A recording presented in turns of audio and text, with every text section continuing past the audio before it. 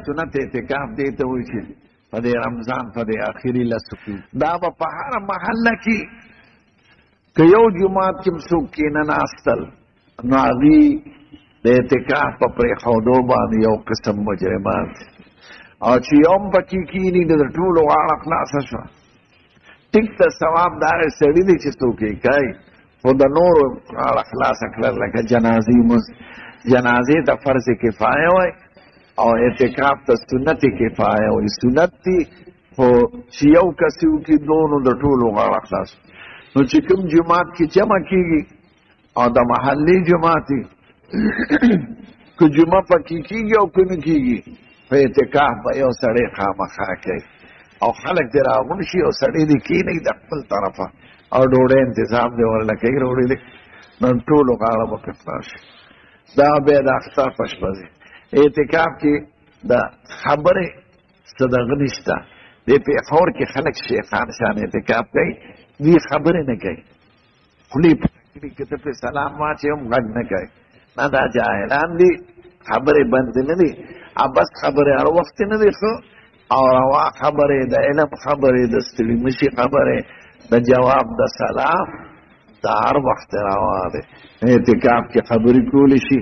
مېلمنو سره کېناستی شي کتاب کتی شي مطالعه کولی شي خبر ولا راشي خبرې ورسره کوي هم روا دی د انساني ضرورت لپاره بسې بهر ته او د شرعي ضرورت لپاره شرعي ضرورت لکه اودس آداب یا غسل کول او انساني ضرورت لکه مجسمات کول یا بار او که ډوډۍ راوړو والا سکرین ډوډۍ دپاره بار ته تللی شي پخوا به حرمینو شریفینو کې خلکو دننه ډوډۍ خوړه اوس دومره خلک زیات شوي دي او بې صفۍ انتظامونه کوي نو ډوډۍ بنده ده نو هلته کې د اعتکاف هله ډوډۍ دپاره بار ته ځي بار ډوډۍ وخوري بیا راځي نو د دې دپاره سړی وتی شي د بلې شي دپاره وتی نه شي اعتکاف او یو منخ د اعتکاف دی منخ د اعتکاف چې ته کله کې او ځان باندې دې منخ ته کړي لکه که زما دا کار شو نو زه به لس ورځې اعتکاف کوم یا دا مریض مې خوش شو یا زه د امتحان کې کامیاب شو منخ ته ښه شی نه دی خو که ویې کړه نو لازم یې که به ځان بیا به هغومره اعتکاف هم کوي او روژې به هم ورسره نیسي چې رمضان نه باري او یو نفلي اعتکاف دی نفلي اعتکاف کې وخت نه دی مقرر چې جماعت ته راځي او کینې د اعتکاف نیت وکړه خدا هغه پورې مې اعتکاف دی چې کومې پورې دی جماعت کې ناست دی نو حرمین مدینه منوره کې د حضور په